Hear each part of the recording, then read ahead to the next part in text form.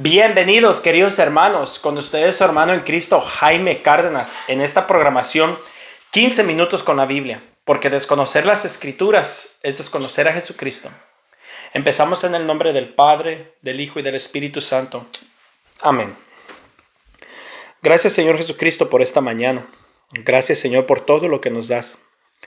Gracias por esta nueva jornada, por la familia, por los hijos. Gracias por los momentos de dificultad. Gracias por los momentos, Señor, de desierto.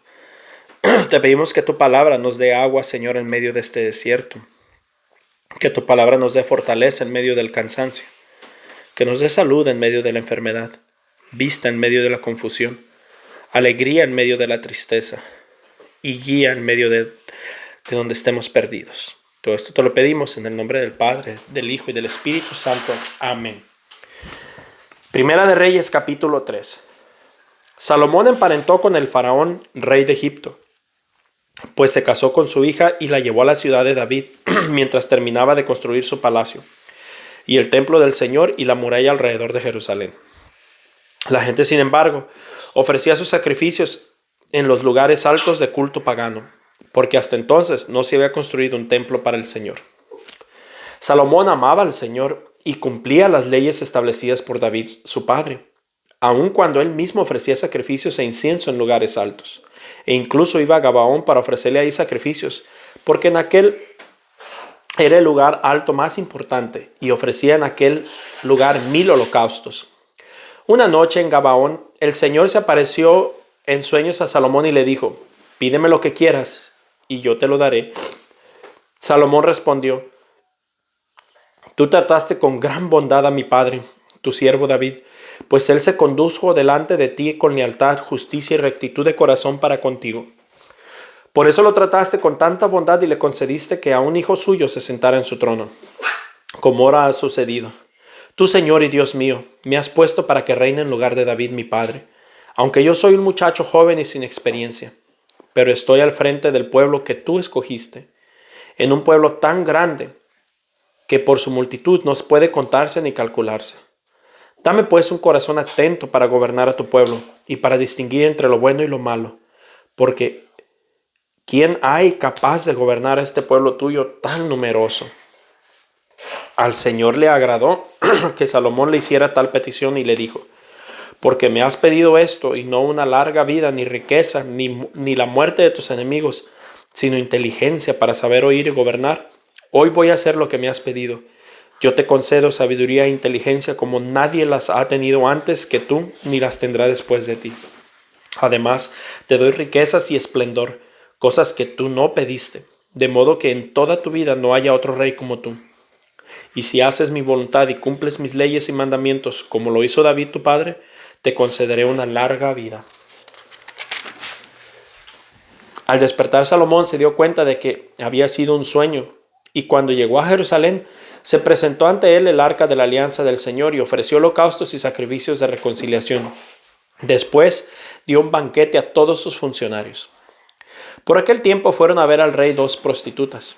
Cuando estuvieron en su presencia, una de ellas le dijo: «Ay, majestad, esta mujer y yo vivimos en la misma casa, y yo di a luz estando ella en casa. A los 3 días que yo di a luz, también dio a luz a esta mujer. Estábamos las 2 solas. No había ninguna persona extraña en casa de nosotras. Solo estábamos nosotras 2. Por una noche murió el hijo de esta mujer, porque ella se acostó encima de él. Entonces se levantó a la medianoche mientras yo estaba dormida y quitó de mi lado a mi hijo y lo acostó con ella, poniendo junto a mí a su hijo muerto. Por la mañana, cuando me levanté para el pecho de mi hijo, vi que estaba muerto, pero a la luz del día lo miré y me di cuenta de que aquel no era mi hijo que yo había dado a luz». La otra mujer dijo: «No, mi hijo es el que está vivo y el tuyo es el muerto». Pero la primera respondió: «No, tu hijo es el muerto y mi hijo es el que está vivo». Así estuvieron discutiendo delante del rey. Entonces el rey se puso a pensar: «Esta dice que su hijo es el que está vivo y que el que está muerto es la de la otra, pero la otra dice exactamente lo contrario». Luego ordenó: «Tráigame una espada». Cuando le llevaron la espada al rey, ordenó: «Corten en 2 al niño vivo y denle la mitad a cada una. Pero la madre del niño vivo se angustió profundamente por su hijo y suplicó al rey: por favor, no mate su majestad al niño vivo, mejor déselo a esta mujer. Pero la otra dijo: ni para mí ni para ti, que lo partan. Entonces intervino el rey y ordenó: entreguen a aquella mujer el niño vivo, no lo maten, porque ella es su verdadera madre.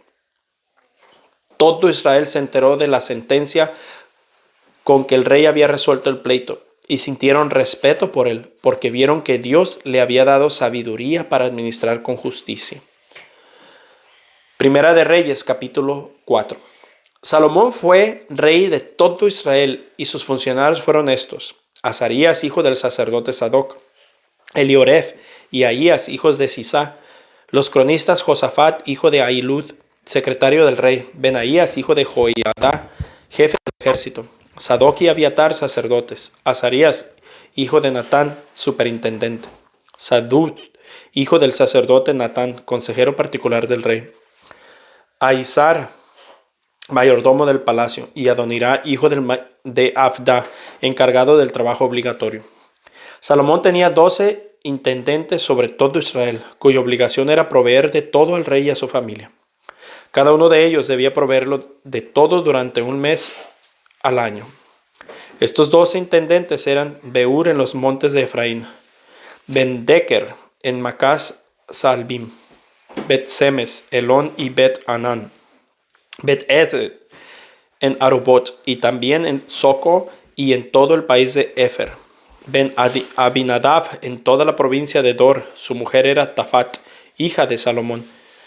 Baaná, hijo de Ahilud en Taanac; Megiddo y todo Bet-Seán, que está junto a Zeretán, más abajo de Jezreel; desde Bet-Seán hasta Abel-Meolá, más allá de Jocmeam.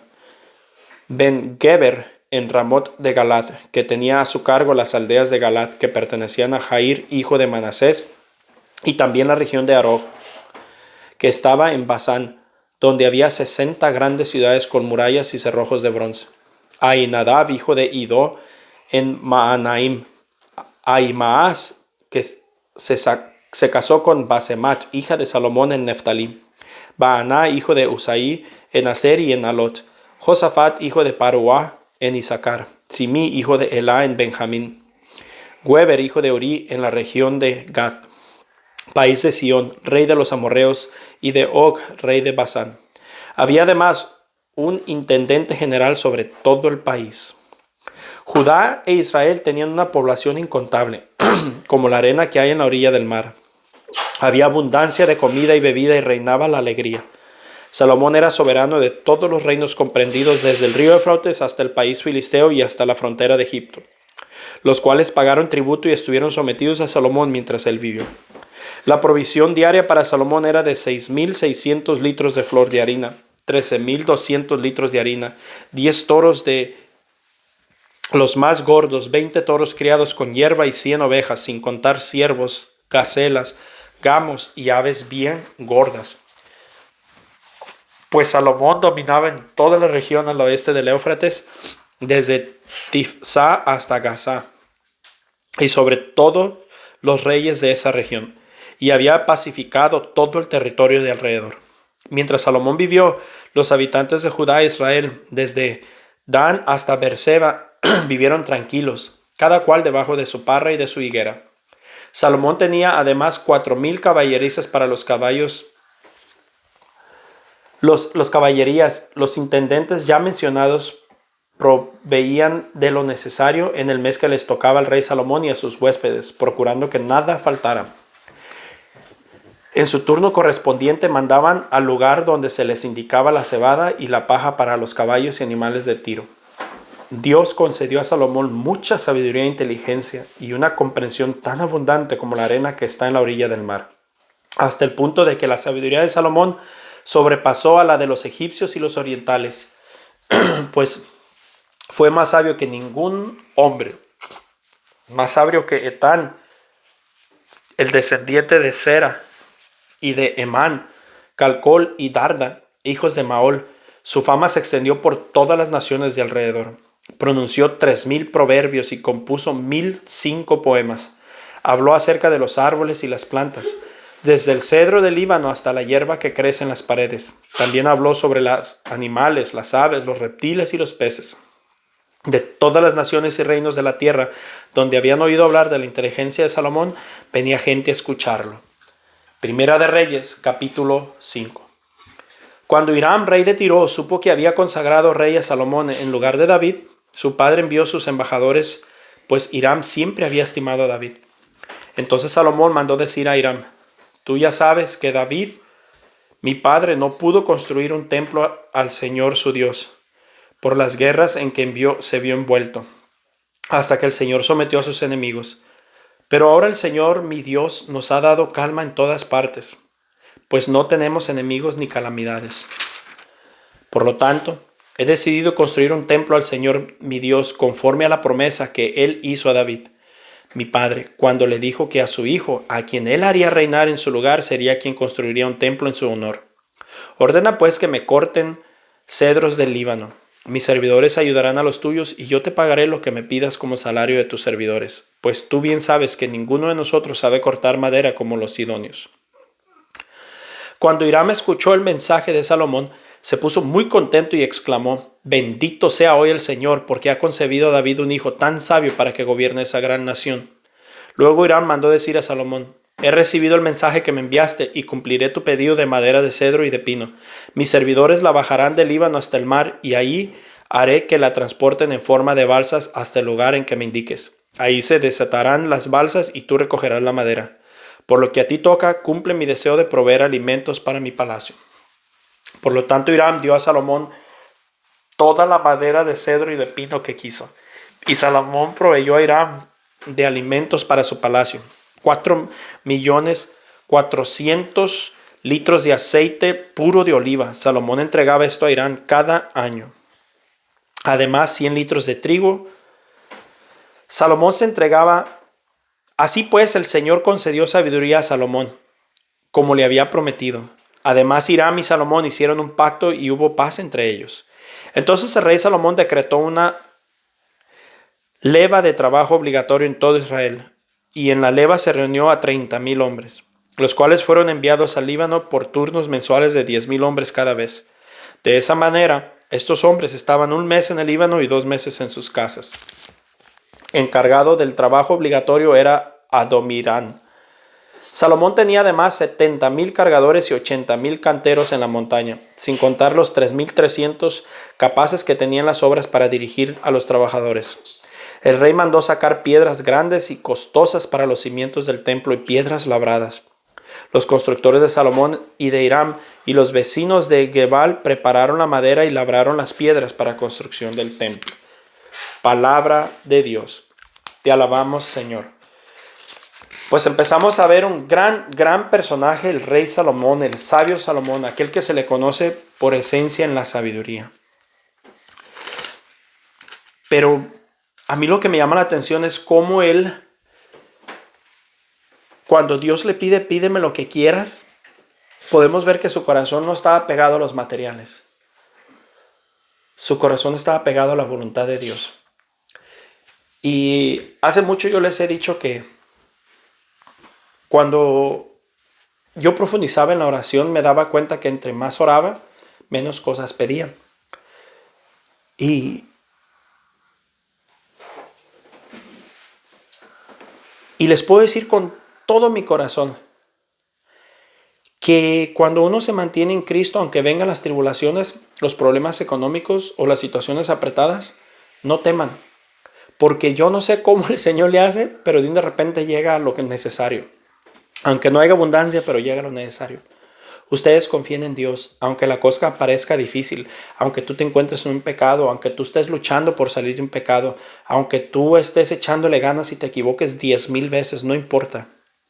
Tú continúa aferrado al Señor, que tarde o temprano Él sabrá proveer. Y cuando más pienses que necesitas de Dios y menos te lo imagines, es cuando Él llega.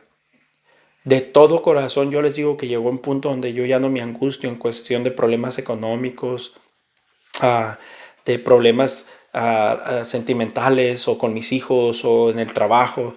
ya no me angustio. Como humano, sí llegan momentos donde uno se cansa, donde te quieres desahogar con alguien, donde necesitas hablar con alguien, eso sí. Pero ya de ahí a que me quite el sueño, me robe la paz o me haga renegar de Dios, ya no.